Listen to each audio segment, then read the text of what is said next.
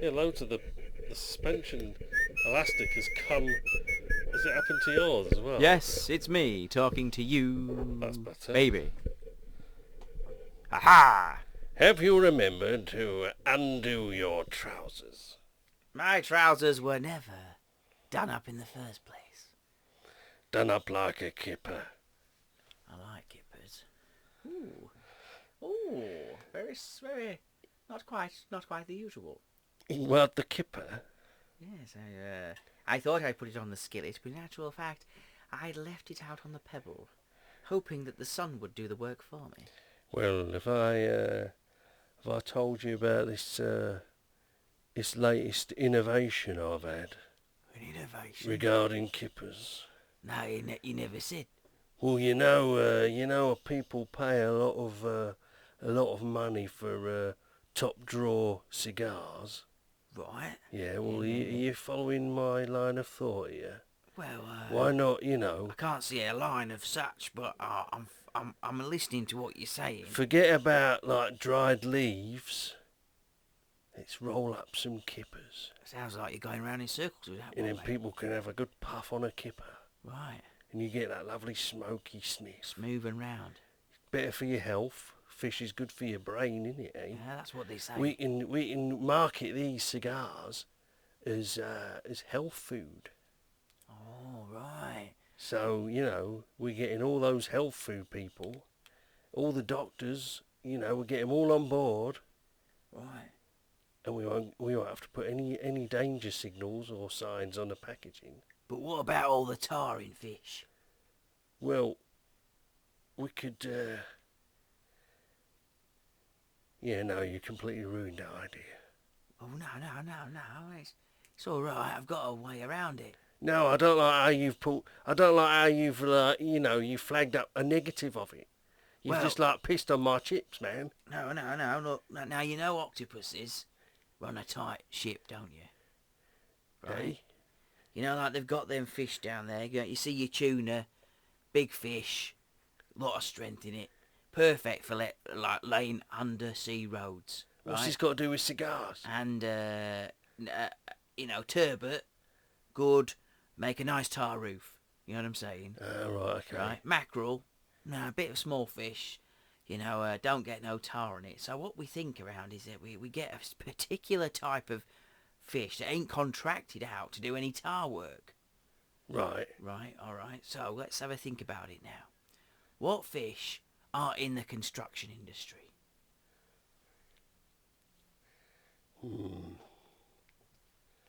What are we thinking? Freshwater or salt water? Well, at the moment, since you've only got a dinghy, I'd say we're better off going inland for, Well, we're not going to find any fish inland. Well, it's puddles, isn't there? Puddle fish. So sticklebacks. Sticklebacks.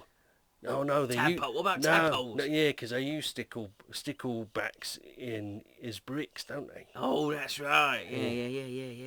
Well, tadpoles. That's not a fish. no, but if you want to corner the market, you got to think outside the box, haven't you? Well, what's in the box? Well, I'm hoping it's a good idea. But the way it's looking, it looks like one of those empty boxes that you get. One that's like, here's an empty box.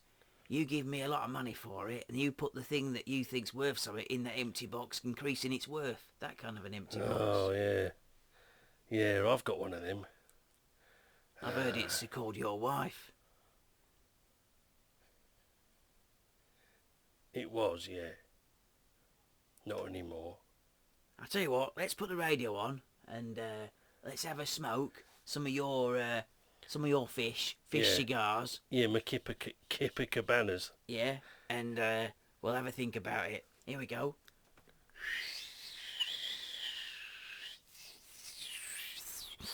And that is the weather forecast.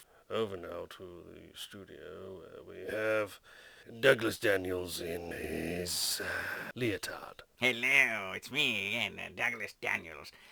Now, tonight's show, we got some interesting things for you. We got the glowing red pin, which is going to be very fascinating tonight.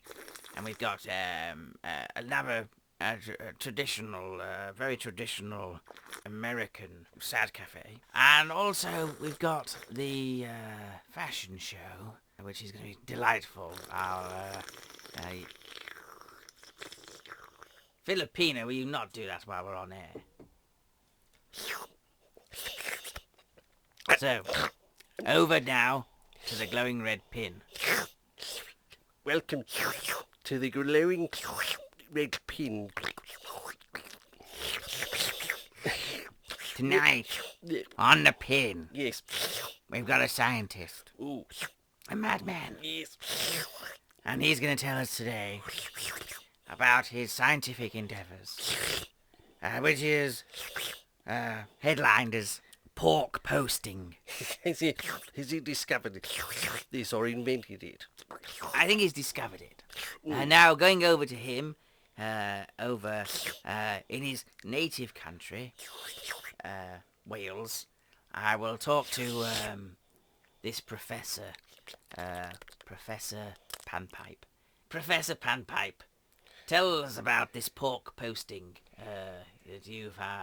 Oh, you've not invented it, you've discovered it, haven't you? That's right, I discovered it, and I'm intrigued to see what you think. It is exactly what I've discovered, pork posting, because it could be taken any number of ways, but there's only one way.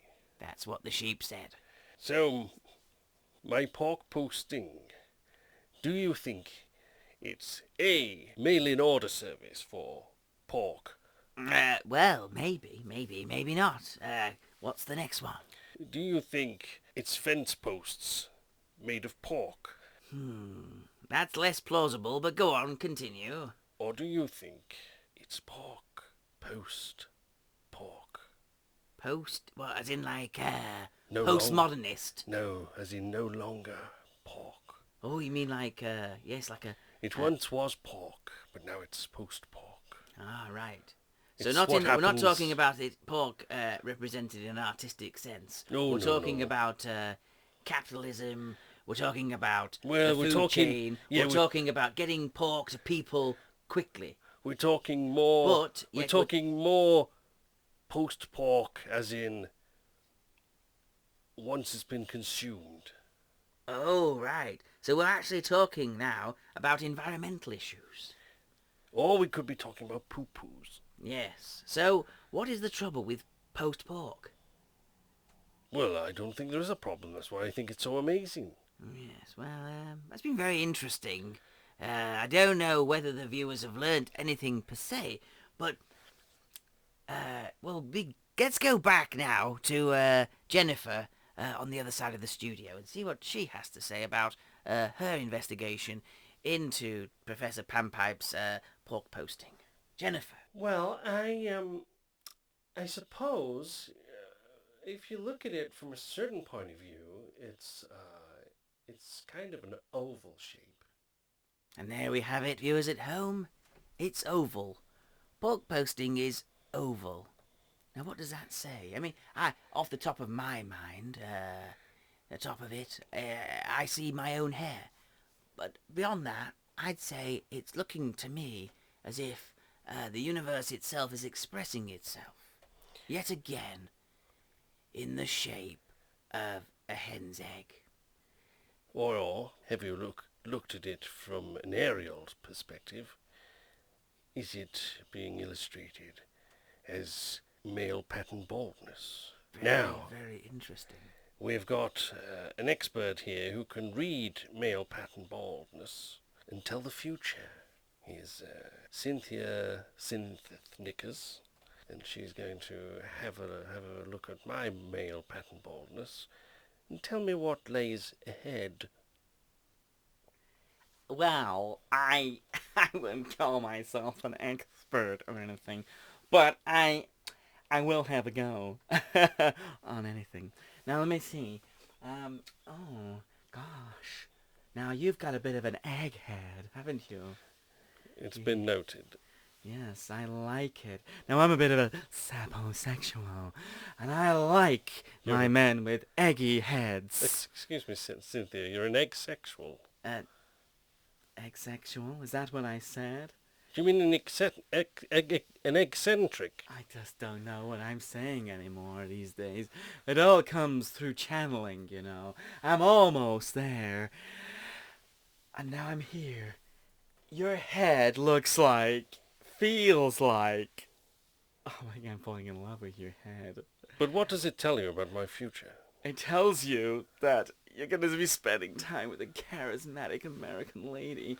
And we're going to be spending time having champagne lunches.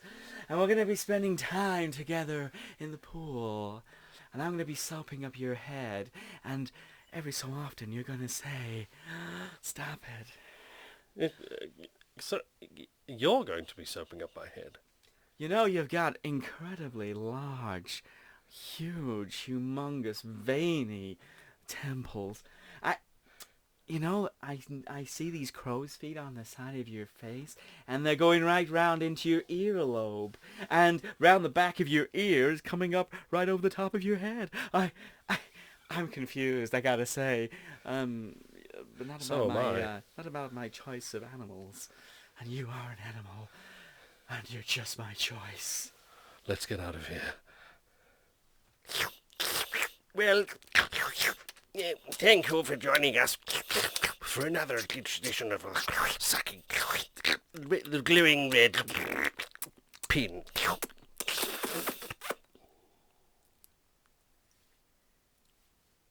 Queen of the lake, she's queen of the lake, and queen of the lake is my snake. Hello, welcome to Queen of the Lake, and today we're going to be discussing the latest fashion shows out of all of England's great backwater bridges. Now, look at this here. This is a Brunel bridge, and underneath that bridge, right now, there is a very, very handsome woman, and that woman is presenting to us a taste of the 1920s with this lovely little ensemble, and let's have a look under her petticoat. Let me see, look. Have you ever seen something so well hung? I think it might be a Rembrandt. I'm overcome. Let's go back to the bridge at the Menai now, and underneath that bridge we have our roving reporter, Charles. Charles, what's under the bridge? Hello, I'm coming to you live from the bridge, and I am just looking now, and it appears that they've begun painting the bridge. It looks like burnt umber, I think, is the colour on the tin. Yes, and the most incredible thing is, which you never see when you're going over the top of the bridge, is that underneath the bridge is a whole row of women, and they've all got their fingers against the girders, because the men painting the bridge paint their nails at the same time. It's quite incredible. I've never seen such a feat of engineering. It's almost avant-garde, isn't it? I tell you, I've never expressed this before, but once in a freak of fashion madness, I slipped two 60-minute cassettes into my pumps and took a walk round Chelsea. Dun, dun, dun, dun, dun, dun, dun, dun, dun,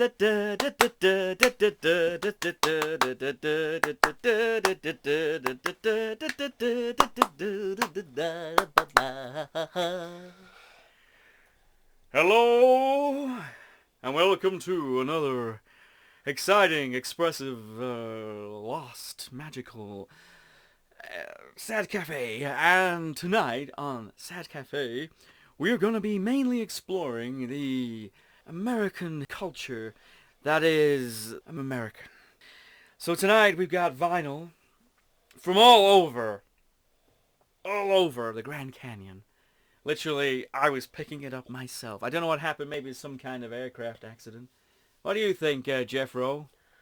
Well, I'm still not Jethro, but I believe that a Chinook deposited the vinyl in the Grand Canyon because it had been embargoed. It's a Chinook. A Chinook's a thing. It's a bird, isn't it? It's a helicopter with a twin. Whirlybird. Yeah, well, that's one of them kind of things. Yeah, that's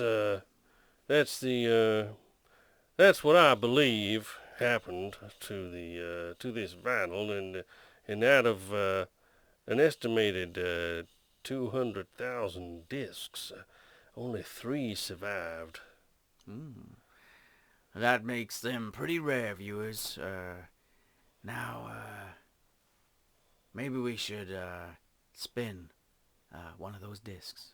Cue it up, Jeffro. Let me have a look on the vinyl information in the center. It says, this is called Bull Mud. By the Nanaho Navy. What was it called again? By the Navajo Nanny. By the Nanny Ho Navy. By the Navajo Nanny. By the Nanny Ho Navy. By the Nanaho Navy. What was it? I don't even see it on... Oh, it's on the other side. I've put the disc down now. Well, let's play it and see what happens. We can...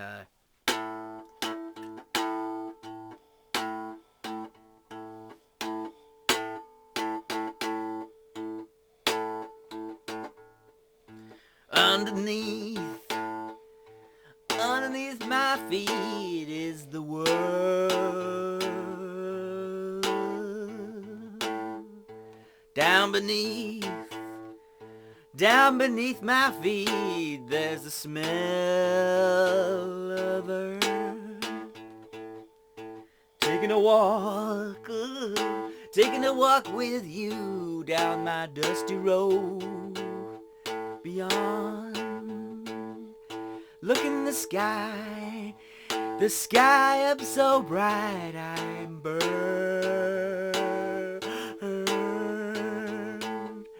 covering myself in the patty of the cow, be it buffalo, I don't know how, blocking out the light, smells a little like I'm in fire. Me and my friend, your friend, just a line there. I'm so crazy for the smell of this earth on my face. It's a place to go if you worship. If you worship Him, making my time on the ground with the sun in my field, pies and skies and making my eyes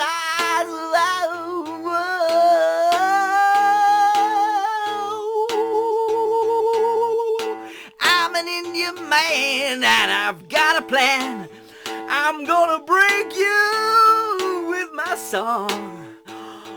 You're gonna wish you never see me because I'm coming and I'm not clean.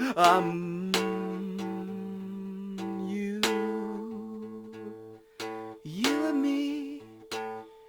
I am you and we are earth together forever. Down beneath my feet, there's the smell of strange weed from the cow. It's so processed in my mind, processed in my mind, processed in my stomach when I've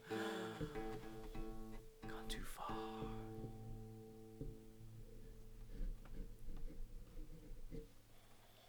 Let's go to the phone-ins and see what people have got to say about that song. Opening up, we got someone on line 2. What do you say there about what you heard? I think you should have left that record down the bottom of the Grand Canyon. It was pretty damn terrible, and don't have to clean out my ears. That's very interesting. Going to line 1. Let's see what this I guy's don't got think to that say. was totally fair. It wasn't that Ah, bad, was it? I was just gonna go straight to line 1, Jeffro, and just forget we Oh. heard that, man.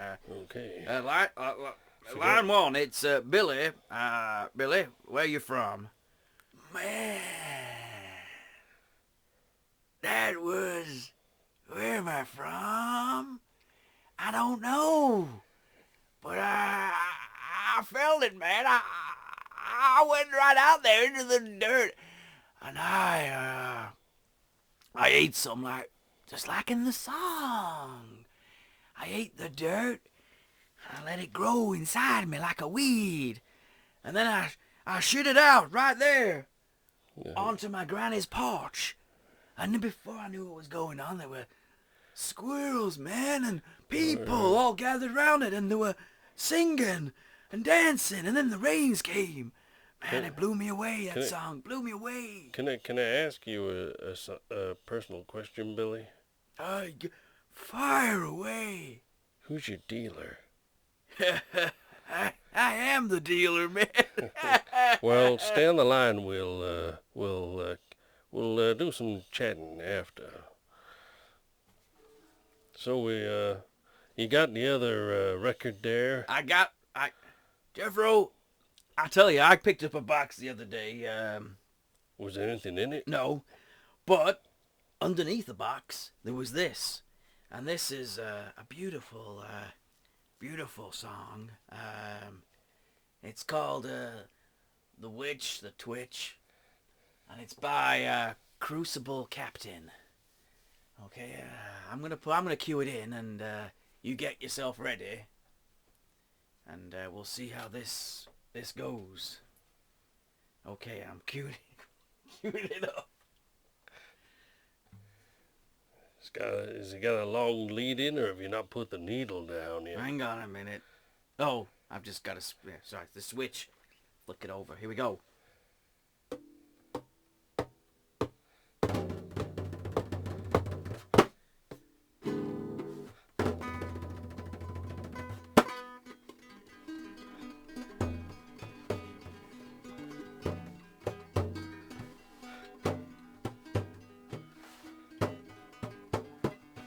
The twinkling stars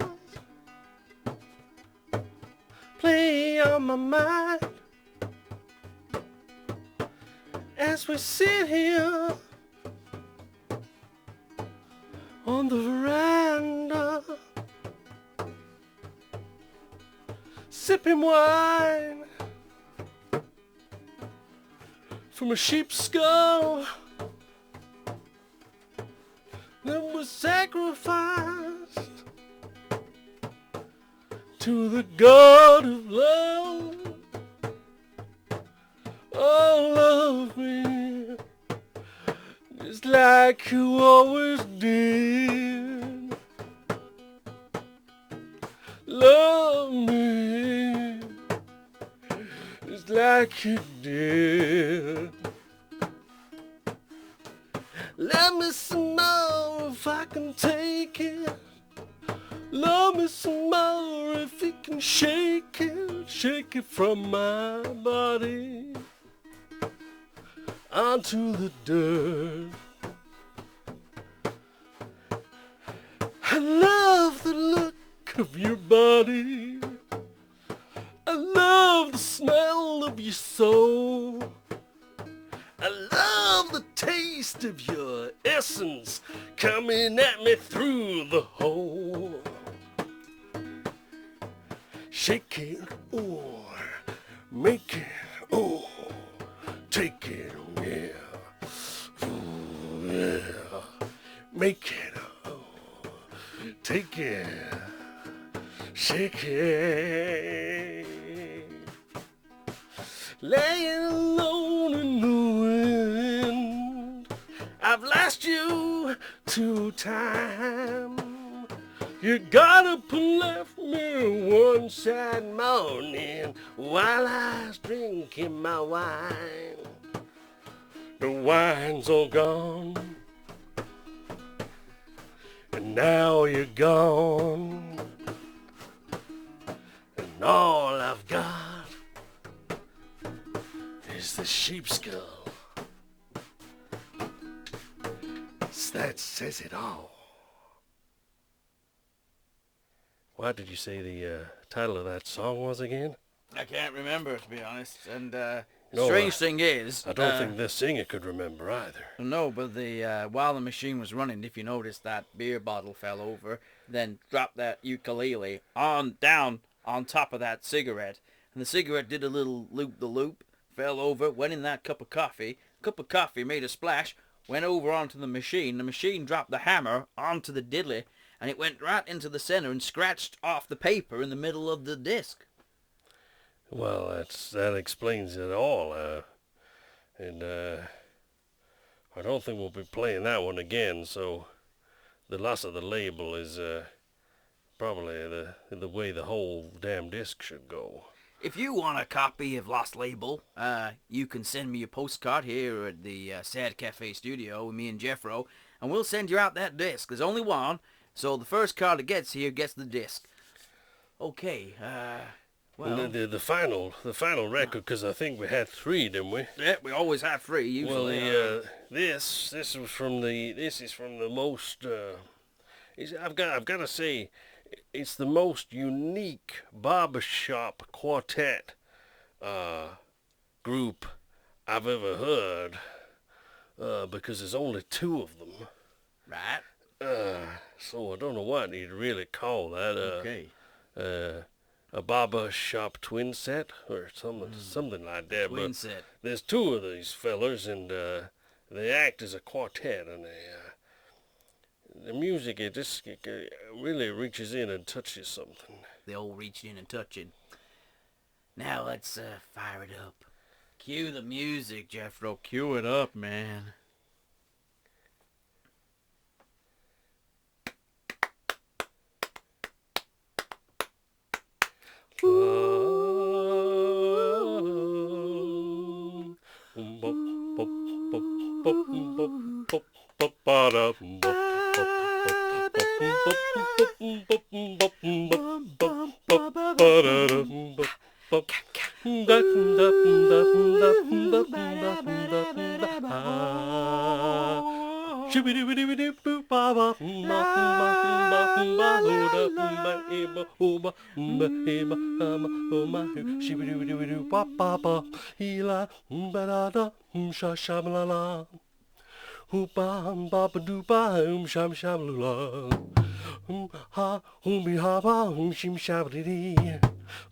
Pa no papa gridi.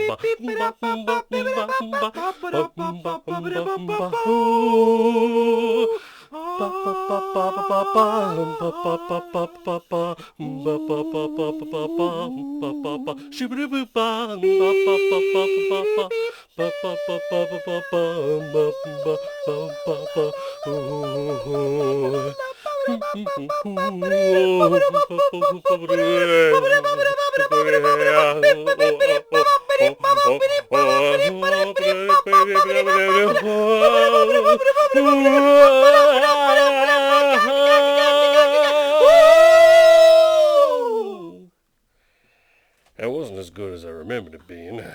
I think it's one of those songs where you need to be high or drunk. Maybe it's the same thing, I don't know, but sometimes you have a moment of clarity, and if you have that moment of clarity when you're listening to that song, well, what do you think, Jeffro? Well, I think you'd have to drink rather a lot of claret to be able to suffer that again. Well, now you mentioned that, actually, a little note here from our sponsors. We've got sponsors? Claret juice. You've been getting your claret juice. I'm down here at my farm, and I'm cooking up these clarets just for you. And I look at them growing in the field. Get yourself a claret, grind it up in the juice, but make sure it's my clarets you're buying, and you'll be healthy. Papa, Papa, can I have a claret? No, you can't. You're underage. And that's all tonight for Sad Cafe. I hope you've enjoyed it. Tune in again next week for the same palaver. What do you think, Jeffro? I think anyone who stuck with us throughout that show deserves a medal. Yeah, that's right. So go to your local scrapyard and get yourself some metal. And maybe make us something and post it in, and we'll show it on next week's episode. And of course, you won't be able to see it, which will probably be just as well, because I imagine anything any of you make will be absolutely awful. And just one more note. Don't forget to subscribe. Remember, send your postcards in. Free subscription, only 15 cents. Send it to me and Jeffro here, and you'll get the free newsletter, which is 25 cents, through your door. Yeah, and I've got just a little joke for you for the end of the show. Here's another note. I didn't get it. Well, I got it off some men who were looking at pigeons, so I've heard that about take you. it up with them. He did take it up, right up.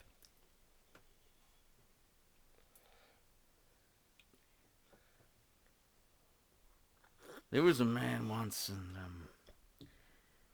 he lived in a place, funny old place, out in the Midwest somewhere. How funny was it? Well, it wasn't that funny, but Why are you telling me? I'm telling you because it's written in this document here, and if we don't get this straight at the court, who knows what could happen? You know, this is an important case. I think you should hear it. Well, that's why I'm the judge. Yeah, well, this is what it says. It said the guy was fishing for termites and fell into the termite hole and got bitten to death. That's the story. Now, what we got evidence-wise is that guy was beaten badly. By termites? By termites. Now, I don't know about you, but we're going to get those termites into the courthouse. And I think a lot of termites will be spending a lot of time indoors. Okay? Problem is, it's getting a translator in for the termites. And now, and what will they swear on? Well, funnily enough, there's a bubblegum machine at the end of the road, and it's got these tiny little Bibles. You put in a quarter, get a little Bible and a chewing gum. We'll get a load of those out. In fact, but probably if we go, sort it out, get some paperwork, we could probably actually just take the lid off and pull a load out without putting the quarter, because it's an important case. And but do they need a Bible each, or can they just not use the same one? Well, from what I've heard of termites, if they get hold of anything paper, it'll just chew it instantly. Right. So we need one for each termite. Okay. We also need to soak the Bibles in something that'll stop them initially from eating them. So that's something to think of as well. Okay. Another problem is obviously transporting the termites to the courthouse. What, they're not already in the waiting room? No. Where are they? The termites are back at their termite ranch. Now what we've done is we've sunk concrete around what remains of the termite house colony, and so they can't. Obviously, termites don't have any kind of aircraft or any way of flying. So, the concrete goes down far enough. We hope the termites won't go down, because we got concrete down there now. It's about 20 foot of concrete going straight down. Yes. Now, I don't know about you, but there's no recorded evidence ever of termites going that deep. Now, I don't know why they don't go that deep. It's a mystery. I talked to a biologist about it only yesterday, and he says we got a good chance the termites ain't gonna flee. So, because I thought... well, a termite isn't a flea, is it? Well, that's in question. I hope they're not fleas, because fleas can jump pretty high. Ooh. Now, that really would be... that would be a bit Yes, I can imagine how horrific that could turn out to be. Just let me take this. Hello? Hello? Hello? Hey, who's this? Well, you don't remember your own wife? Oh, you. That woman from the church. That's I right. remember you wearing a white dress, maybe magnolia or something. Yeah. I Yes, remember you, yeah. yeah. No, what is it? Well, you've not paid your prescription fee for the last quarter. And Right. that's how much it's going to cost you your last quarter. I'm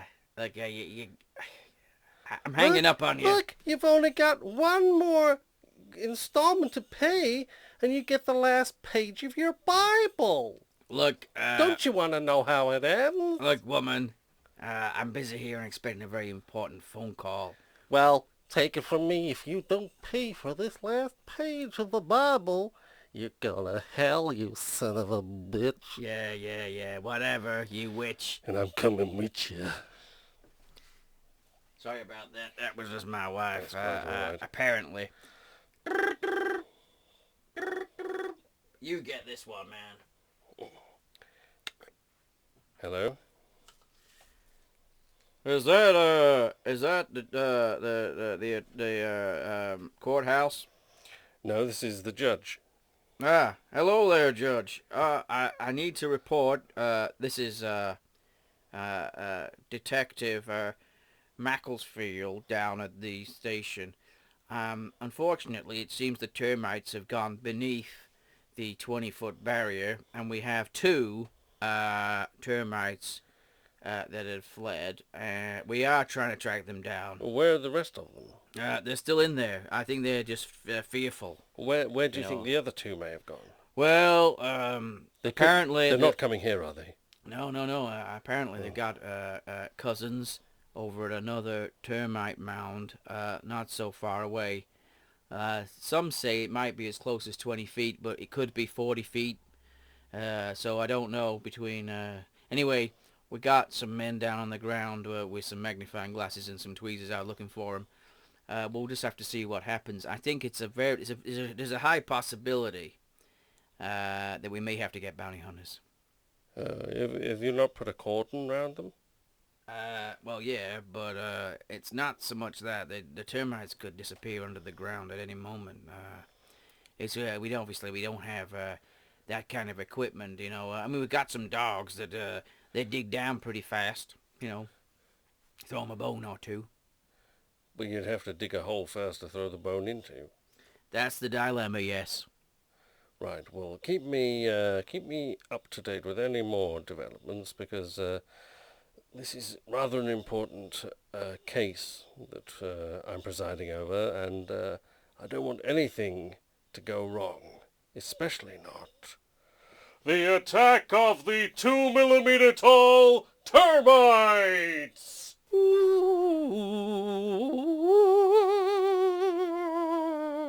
The attacker of the 2 millimeter tall termites. Let's go over now to the Nevada desert where those termites are on the rampage.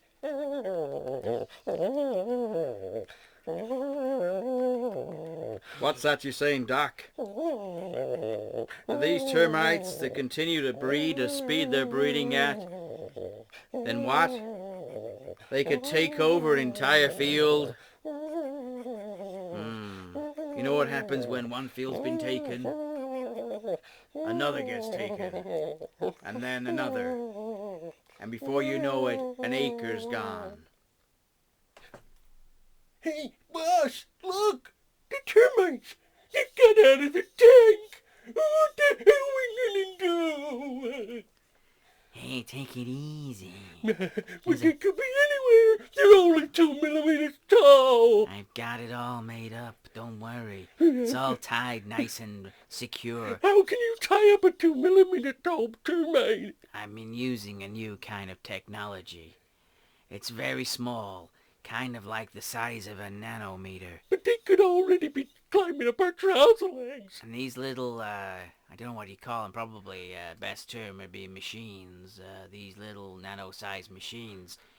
They're attached to the termites' backs. What's a And nano? those machines are reporting back to me on the wireless. If you see the flashing lights I've got there, an itch. look, every time the termite takes a step, a light flashes.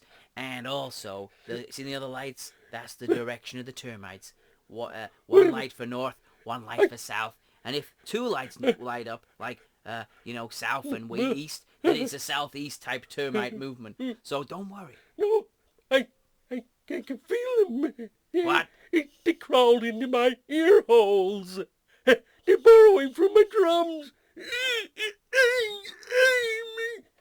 brain is getting too much. I'm taking over, making it to my mouth and my mind.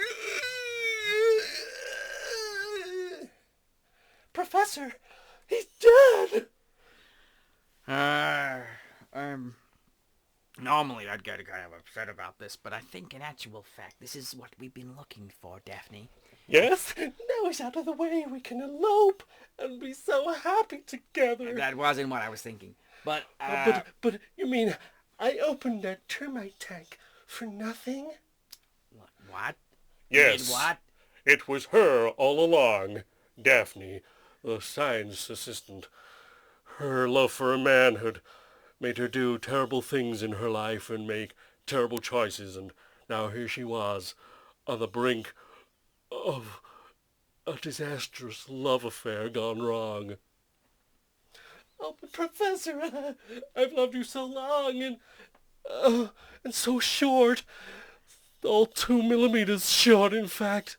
Because, Professor, I was once one of your termites.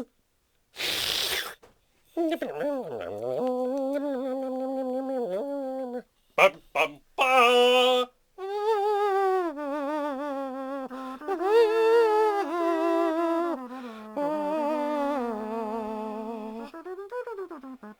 Turn into next week's tune of Termitesville and the murderous creatures on the loose again. Same termite time next week. Bye.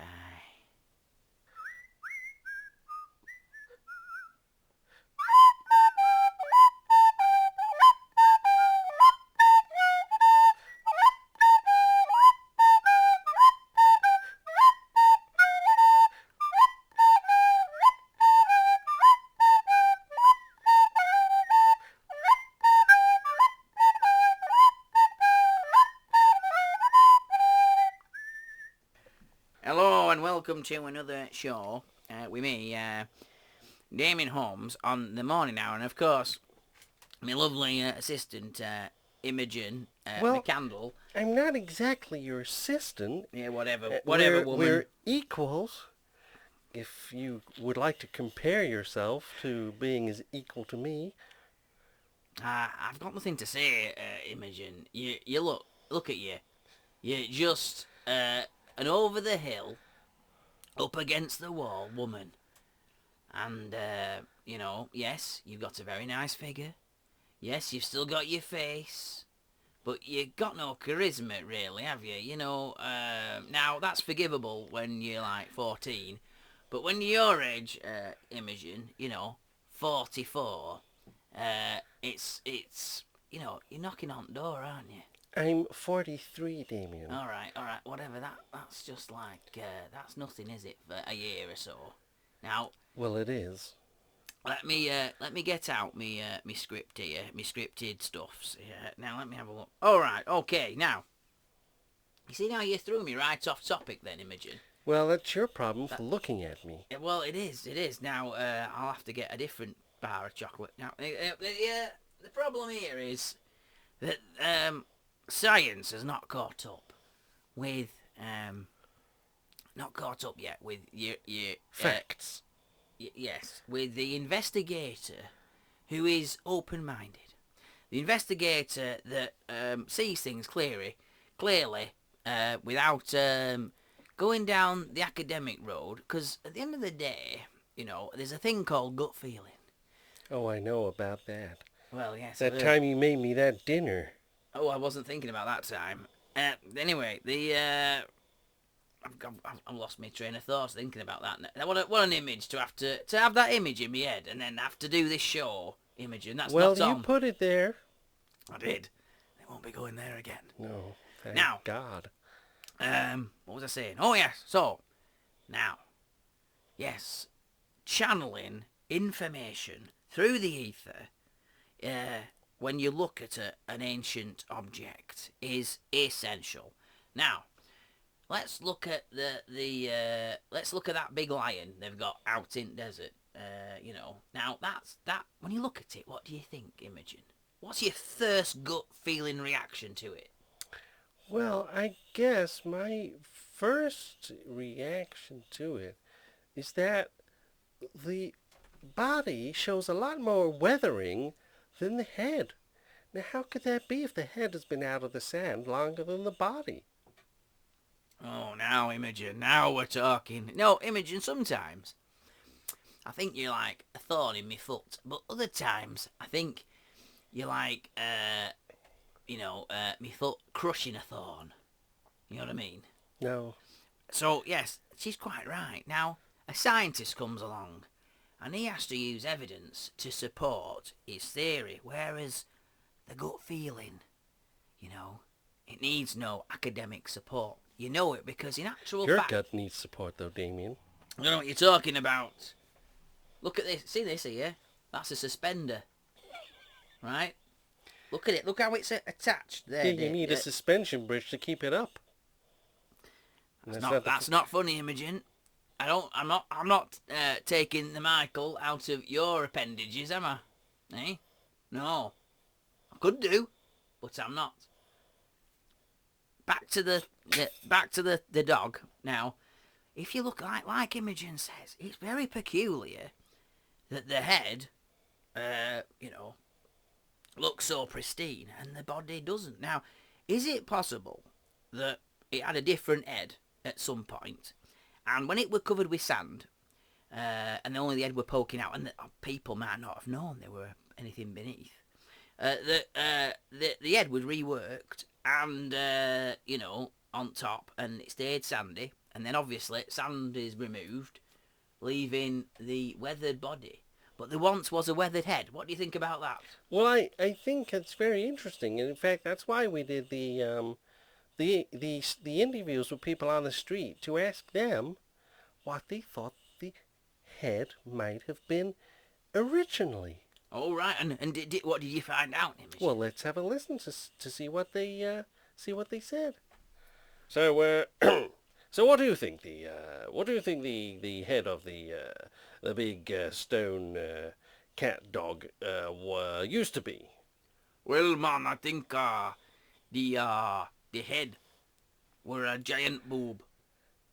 A boob? A giant woman's boob. Interesting. And the nose was a nipple. Okay? And when taste changed in Egypt, or whatever it was called, 1,000, 2,000, 5 million years ago, or whatever, went out of fashion. Boob became a no-no. A fashion has been. Okay. I know it sounds crazy. That's me. That's just my opinion. All right. And you, madam, what do you think the original head of the great stone animal used to be? Well, me granddad's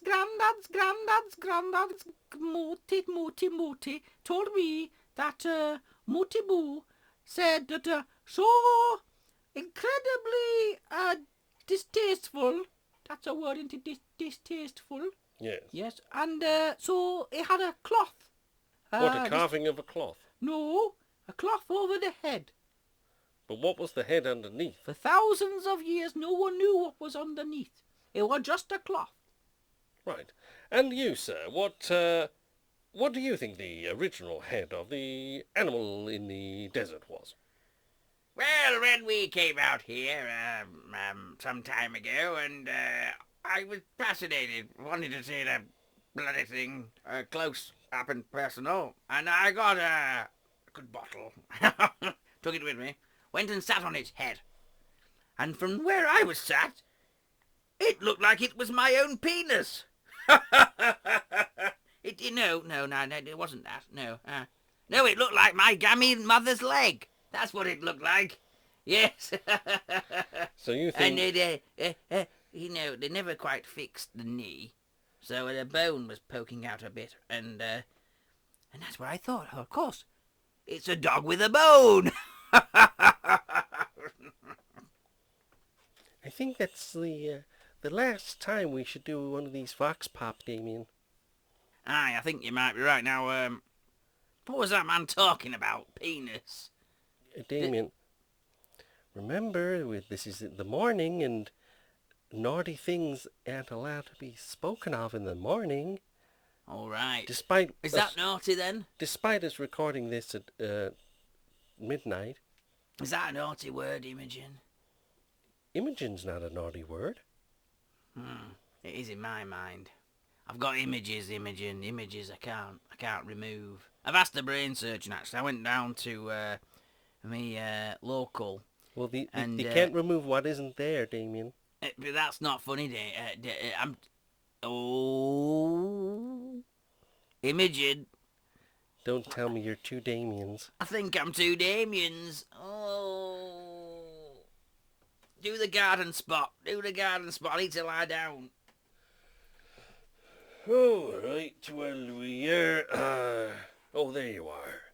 I've been turning over my compost to get it aerated and a bit of the heat dissipated and some of the worms in there. And I realised there was an awful lot of fly larvae in there. And I thought, this isn't nice. I don't like flies. I hate flies. And they come in my house and I'm making a sandwich. And then I come back to the sandwich halfway having gone through to something else to get maybe a glass of water. Come back to the sandwich. And there's one fly and it's being sick onto my ham. And it's going to ingest my ham. But even worse than that was another fly laying eggs on my ham. Now, that's some dirty business right there that I'm not willing to put up with. So when I found all that fly larvae in my compost, I strangled every single last one of them. And I felt much better about it and much better about myself. It made me feel big because I'm bigger than a fly larvae, despite smelling worse than one. You pay that man, Imogen, or what? No, I thought you did. Who is he? Well, didn't you employ him? No. Well, I employed someone to dig open the garden because underneath, I found that there's an ancient burial site. Yes. Now, in the 1960s, a man. That's not that ancient. Well, that's semantics. That now, Imogen. Who? Semantics. Now, it seemed that there was a period in the past where people were absolutely convinced concrete was the way forward. Now, concrete still exists today, but it wasn't used particularly sparingly back in those times of the late 50s, early 60s. Now let's have a look what's beneath the plot. Come with me. Now, look, here we are now, out in the garden, or what's left of it, and beneath your feet you can see that there's something unusual. Well, what's that, Imogen? Corns? What else do you see? A lovely pair of shoes. Yes, that's the pair of shoes you've got on your feet, Imogen. I'm not interested in them. What's beneath your feet? Soil? No, Imogen. This is lead. Look closely. A long time ago, concrete builders decided that the concrete wasn't crummy enough. It wasn't stark enough. It wasn't horrible enough. And they thought, what can we do to the concrete to make it worse? To make it more miserable? And someone said, let's go to the lead. They put lead in it? No, they put lead round it.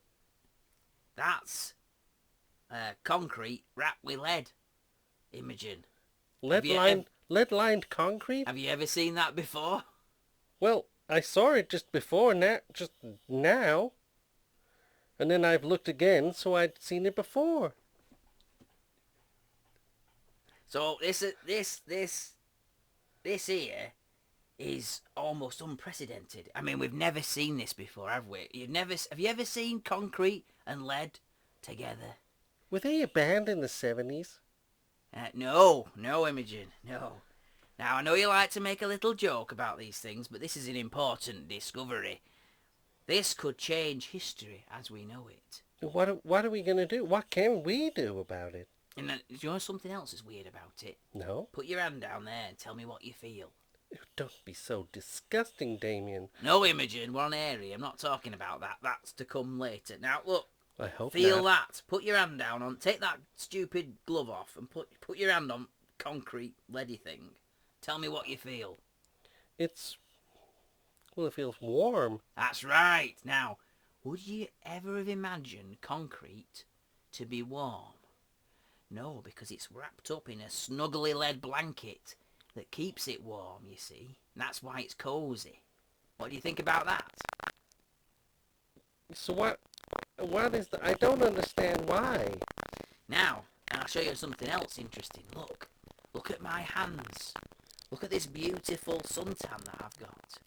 Now, have you ever seen concrete that can give you a tan? I believe when the ancients were talking about sun worship, this is what they created a sun on earth. And You mean Jesus Christ? I'm losing me. I'm not just losing my thread. I'm losing my tether here.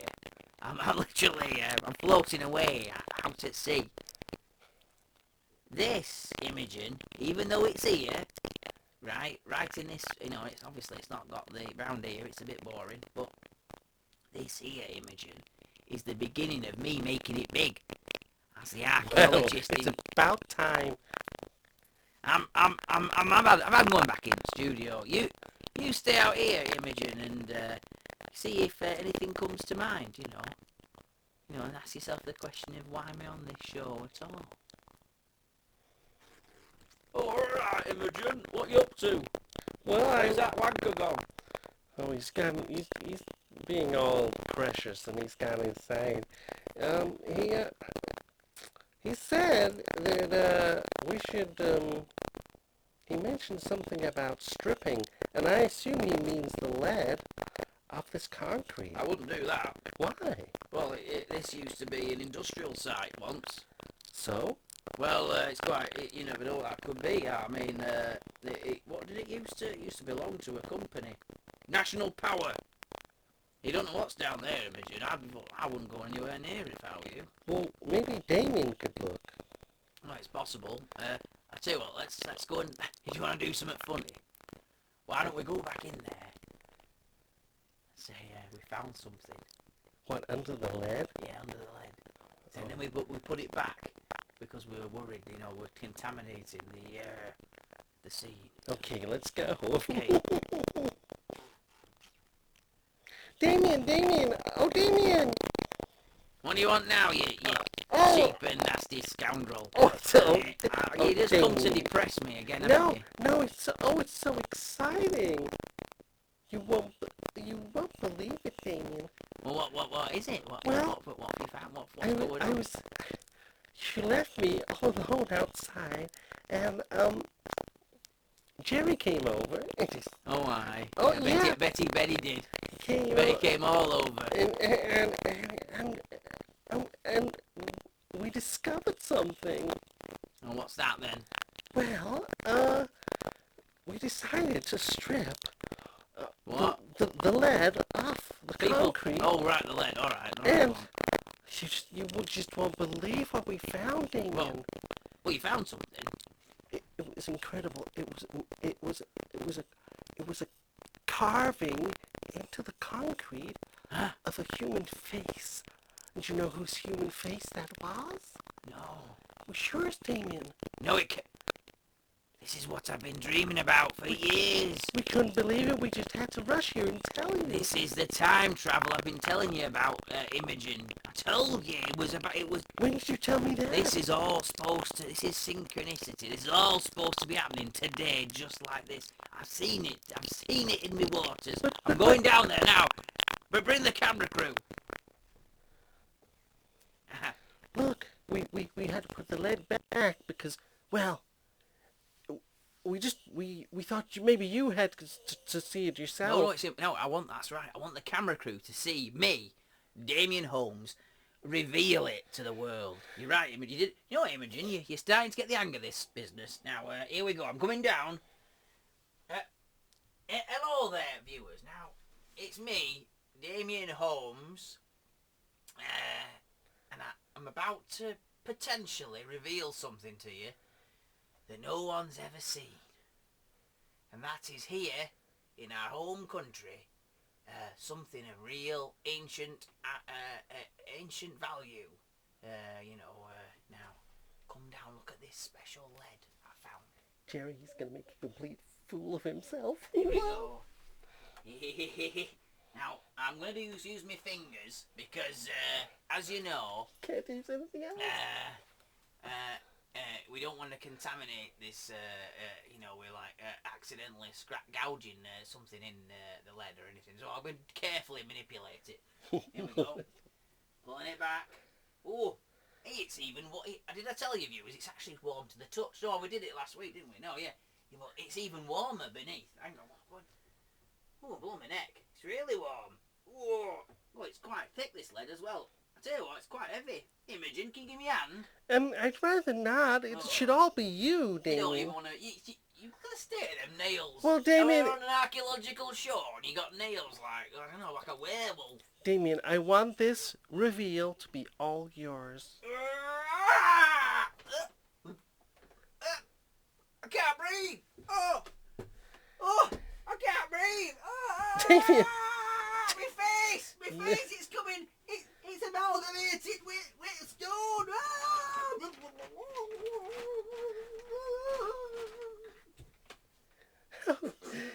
Jerry.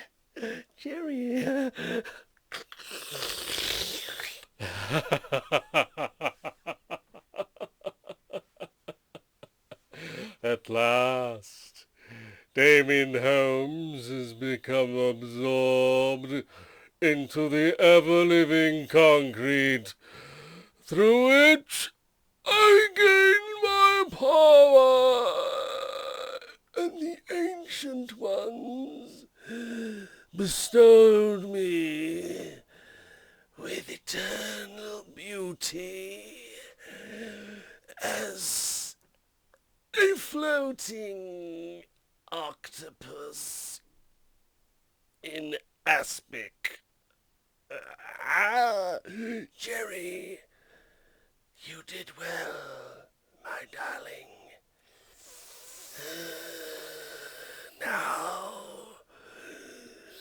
the world shall see the radioactive cube of Damien Holmes' face upon it. For it came true, just as Damien Holmes foresaw. And now, the end of everything!